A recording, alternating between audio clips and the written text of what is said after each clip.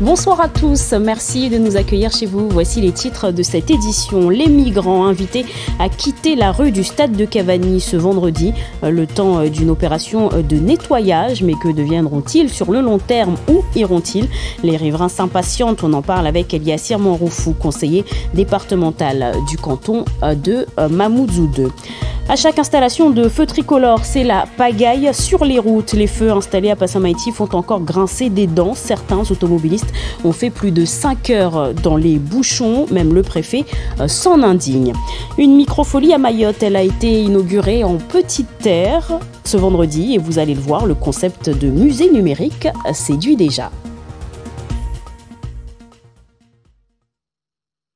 Mais avant cela, sachez que l'île compte désormais des cas de choléra autochtones et non plus seulement des cas importés. L'ARS et la préfecture ont informé lors d'une conférence de presse ce matin que 3 habitants de l'île ont été touchés, un homme, une femme et un bébé, dans 3 foyers différents, mais tous dans la ville de Koungou. Ils sont actuellement hospitalisés.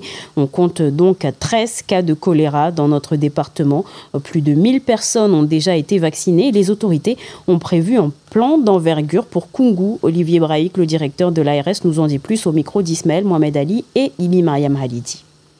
J'ai organisé en lien avec mes équipes une opération coup de poing dans cette zone de Koungou qui porte sur l'organisation d'une vaccination de masse. Et vous savez qu'à Mayotte, on a des doses de vaccins et donc là, cette vaccination de masse est en cours depuis hier sur cette zone-là. L'idée aussi, c'est de pouvoir dépister tous les cas suspects de cette zone et donc dès demain, et je remercie la mairie de Koungou pour mettre en place un centre de dépistage dans cette zone-là. L'idée, c'est que voilà, toute personne qui a la moindre diarrhée, qui a le moindre vomissement, puisse être testée et si elle est positive, elle sera prise en charge en toute sécurité au CHM. Et à noter que l'unité choléra au CHM passe de 8 à 14 places. 2600 doses de vaccins supplémentaires contre le choléra sont attendues à Mayotte, tout comme un renfort de médecins.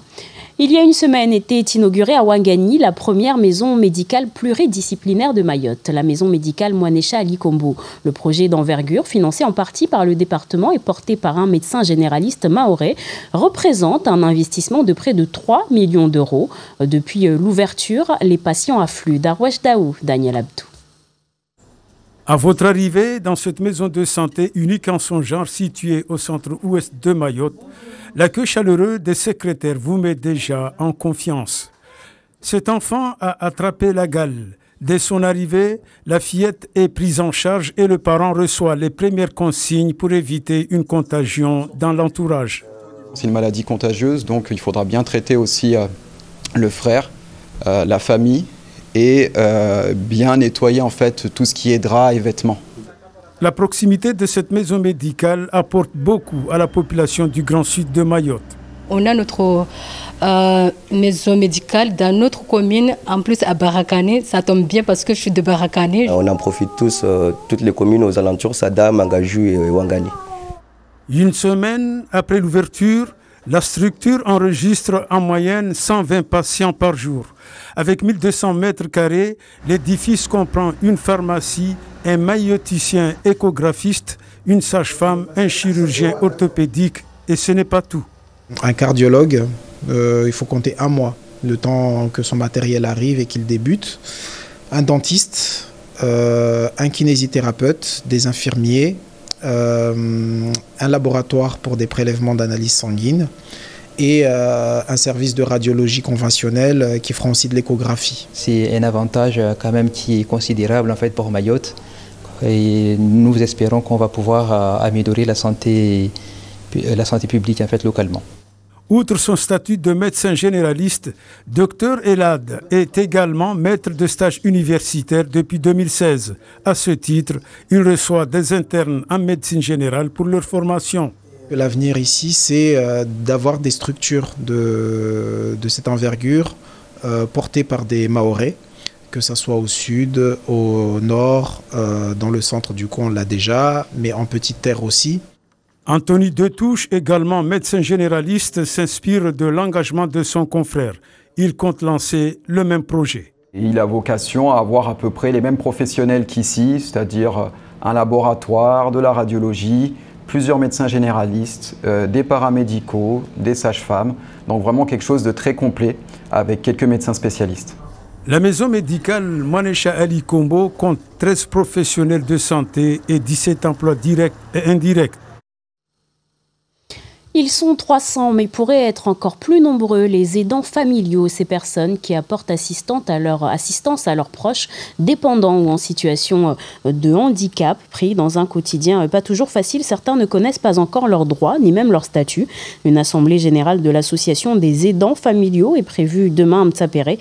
Pour quel objectif? Sunita Oumara, la coordinatrice de l'association, répond au micro de Saïd Mouandji.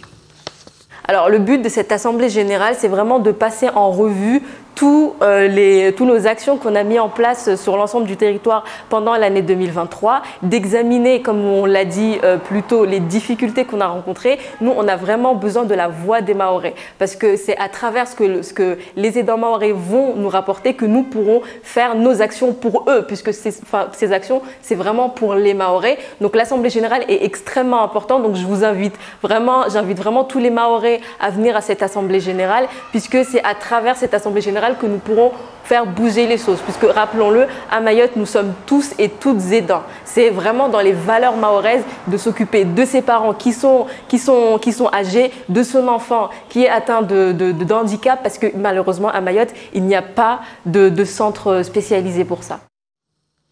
On va voir cette image à présent, celle du corps d'un jeune homme d'une vingtaine d'années découvert à Tingoni. Il a été découvert aux alentours de 3 heures du matin. La victime a été tuée par arme blanche. Une enquête est ouverte.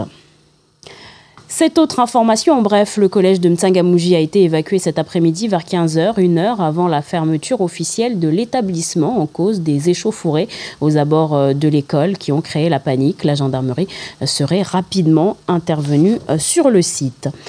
Une semaine après la fin de l'opération de destruction à Doujani de plus de 250 habitations, place à l'enlèvement désormais de dizaines de véhicules hors d'usage sur place. L'occasion pour les forces de l'ordre de découvrir mercredi la reconstruction de 2 habitations illégales immédiatement détruites. Les images que vous voyez ici sont signées Nadia Ali.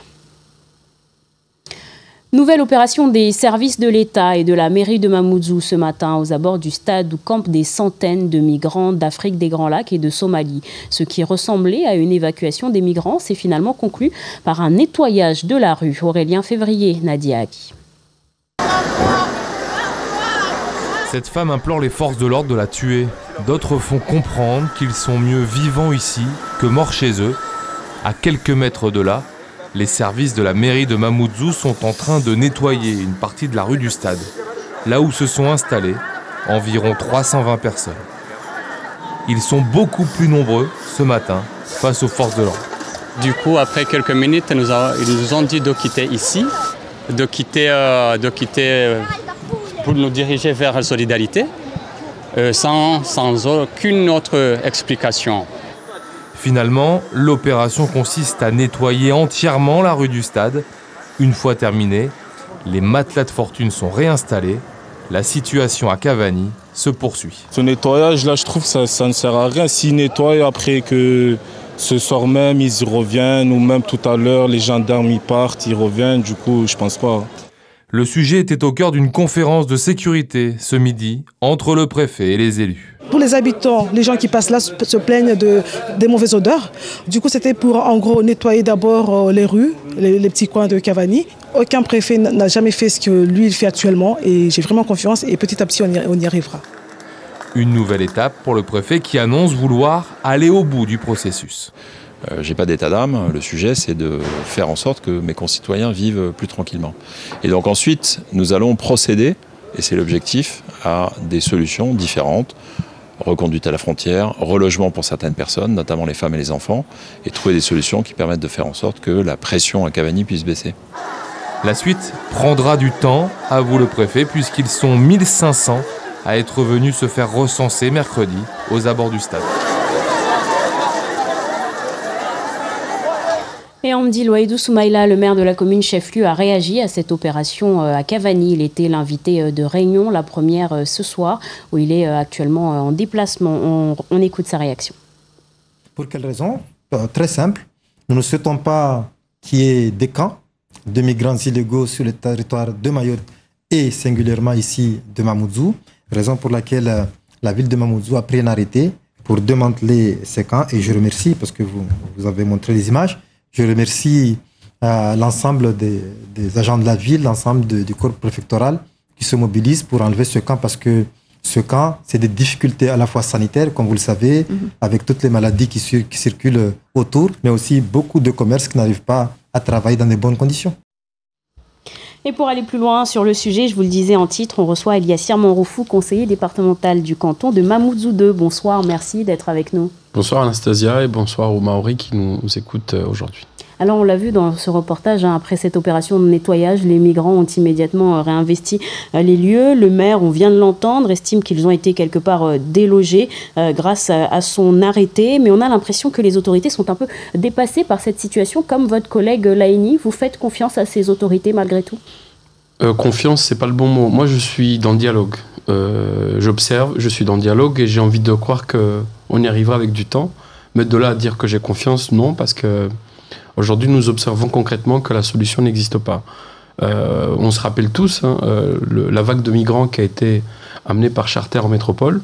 Nous savons, moi je suis persuadé que c'est une opération qui ne se reproduira pas parce que c'est quelque chose sans précédent. Je suis persuadé que les autorités ne sont plus en capacité de mettre encore autant d'argent pour envoyer des gens en métropole et que les autorités, de toute façon, au niveau du territoire national, là-bas, ne seront pas en accord avec ce qui se passe.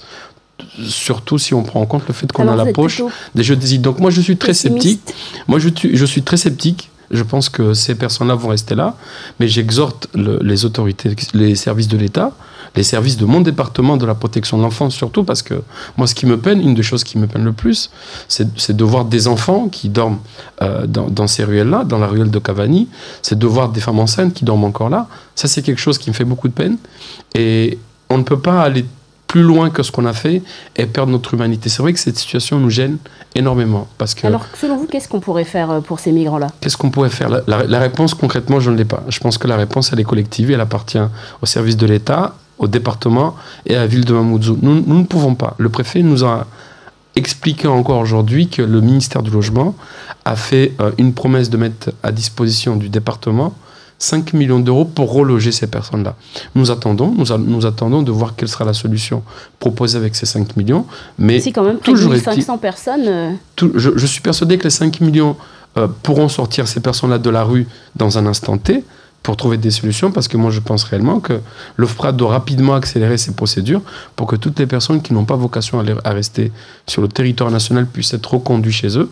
Ceux qui doivent ou qui sont en capacité de partir dans d'autres territoires partent, parce que nous ne pouvons pas encore supporter ça. Moi, ce qui m'inquiète le plus, madame, c'est d'entendre qu'il y a encore 500 personnes qui sont arrivées la semaine dernière. C'est ça qui m'inquiète le plus, parce que à chaque fois que nous offrons une solution à ces personnes qui sont là, c'est d'autres personnes qui arrivent, parce qu'on a l'impression qu'on dit aux autres qui sont en tampon aux Comores ou en Tanzanie, ou même directement en Somalie, qu'il y a des solutions pour eux ici. Alors concrètement, il n'y a pas de solution, justement, parce que ce n'est pas une solution. Si ces 1500 personnes-là sont relogées, comme vous l'espérez, comme le dit le préfet, vous l'avez dit vous-même, d'autres affluent tous les jours. Qu'est-ce que vous attendez à ce niveau-là de l'opération Place Nette ?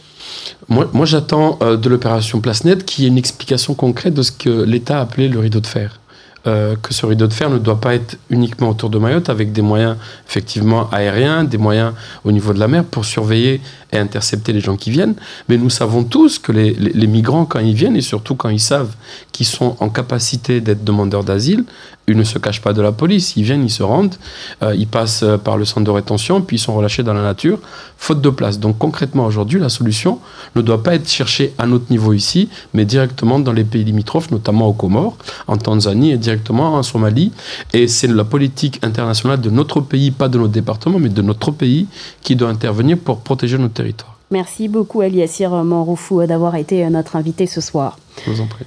Le retour à la maison a été un véritable calvaire pour beaucoup d'entre vous hier. La faute aux feux tricolores de Passamaïti qui ont engendré des bouchons monstres ce matin. La situation perdurait. Elle a également fait réagir, vous allez le voir, le préfet de Mayotte, Aurélien Février, Nadia Ali.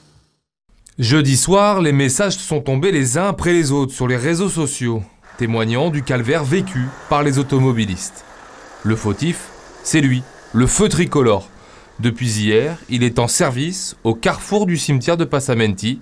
Et aujourd'hui, rebelote, les bouchons sont de retour dans le sens Mamoudzou-Dembéni. Une situation exceptionnelle à 9h du matin dans ce sens de circulation. Les automobilistes sont exaspérés, certains n'hésitent pas à griller le feu rouge. Personne ne comprend rien. Moi, je suis sorti du boulot hier, j'ai mis 5 heures de temps pour rentrer chez moi. Et personne n'explique les raisons du l'embouteillage. Hier, je suis parti de Mamoudzou à 15h, je suis arrivé à 22h chez moi. Donc c'est hyper long. Le feu nous dérange, parce que ça met beaucoup de temps à venir sur le vert. Je pense que le feu l'exagérait, parce que ici, la circulation qui vient de Mamoudzou, elle est dense par rapport à la circulation qui vient de Passamenti. Ça devrait durer un peu plus longtemps. Une situation qui a également fait réagir le préfet de Mayotte, François-Xavier Bioville. Et là, il y a un problème. C'est-à-dire qu'il faut que je me rapproche du gestionnaire pour pouvoir régler ce sujet-là, parce qu'on crée les conditions de la sécurité avec des feux qui fonctionnent de cette façon-là. Donc il va falloir qu'on résolve ce problème assez rapidement. Une mauvaise synchronisation des feux tricolores à Passamenti serait à l'origine des bouchons. On est conscient en fait du problème le problème qui est provoqué par ce feu, et donc nous faisons tout en fait pour pouvoir remédier à ce problème, pouvoir rétablir la circulation normale. Décision immédiate de la CADEMA avec la mise hors service jusqu'à nouvel ordre du feu tricolore du cimetière de Passamenti. Dans l'actualité nationale et internationale, tout d'abord, la flamme olympique transmise à la France ce vendredi à Athènes, 10 jours après son départ du site antique grec d'Olympie, où se sont déroulés les premiers Jeux de l'histoire. On rappelle que les JO doivent démarrer le 26 juillet à Paris. Pour la deuxième fois en 2 jours, des étudiants de Sciences Po Paris bloquent un bâtiment de l'université en soutien à la Palestine. Ils réclament un cessez-le-feu à Gaza. Le mouvement fait écho au blocage dans des universités américaines pour les mêmes raisons. Des inondations meurtrières ont ravagé le Kenya et Nairobi, notamment plusieurs bidonvilles. On déplore des dizaines de morts. Près de 30 000 personnes ont dû fuir leur domicile. Chez nos voisins à La Réunion se trouvent actuellement 11 collégiens et lycéens de Mayotte. Déplacement pour participer à un rallye citoyen. Et lors d'une de ces sorties sur le terrain, ils ont découvert le patrimoine culturel de la ville de Saint-Pierre. Reportage sur place, Jacques Payette. Des collégiens et des lycéens de Mayotte sur le chemin de l'histoire de la rivière d'Abord. Marcel Thivaud, le guide conférencier du pôle patrimoine de la ville de Saint-Pierre, raconte comme personne l'histoire des lieux. La rivière d'Abord est le seul port naturel de l'île. Autrefois ici, les bateaux pouvaient aborder facilement. Au XVIIIe siècle, l'île n'a pas de port. Et d'ailleurs, ça a été un problème pour la Compagnie des Indes. Et du coup, la rivière d'Abord, du fait de sa configuration naturelle, a servi de petit port. La rivière d'Abord occupe une place importante dans l'histoire de Saint-Pierre. En 1736, le gouverneur Maïd Labourdonnais retient cet emplacement pour établir la ville. Ce site naturel va être aménagé. On avait des débarcadères, des marines. Et du coup, c'est vrai qu'on a au 18e, enfin dans la seconde moitié du 18e et dans la première moitié du 19e, une intense activité économique liée aux débarcadères, aux marines, autour de la rivière d'Abord. La population s'installe près de la rivière d'Abord du fait de la présence d'eau de source. Et ces sources ont permis de fixer une population sur les berges de la rivière d'Abord. Et ça a été à l'origine de la fondation de la ville de Saint-Pierre. Cette fondation, en fait, qui va vraiment être officialisée à partir de 1735 avec l'arrivée de Bertrand Maïd Labourdonnais, qui va demander à Gabriel de Jean, qui était le commandant du quartier, de dresser un plan de la future ville de Saint-Pierre. Marcel Thivaud est au fait de son sujet. Il connaît l'histoire de sa ville sur le bout des doigts. De temps en temps, pour capter l'attention des élèves, le guide conférencier les questionne. Si vous regardez bien, vous voyez que le pont, il se situe en fait de ce côté-là. Les élèves découvrent tout au long de la visite le patrimoine de la ville de Saint-Pierre. Ça m'intéresse vraiment parce que en fait, j'ai jamais visité La Réunion et c'est vraiment une nouvelle découverte pour moi et j'apprends beaucoup de choses. Moi, j'apprends plusieurs choses sur mon île que moi-même je ne savais pas et du coup, c'est bien. C'est divertissant.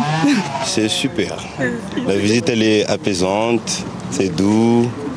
On apprend beaucoup de choses aussi par rapport à la ville de Saint-Pierre. Ça a été une nouvelle découverte. Et c'est super. Il y a des détails, il y a des images. Il y a, on va dire, presque tout. C'était une découverte parce que je ne suis jamais venu ici et quand je suis venu, j'ai trouvé très beau et les histoires racontées ici, c'est très beau et j'aime bien.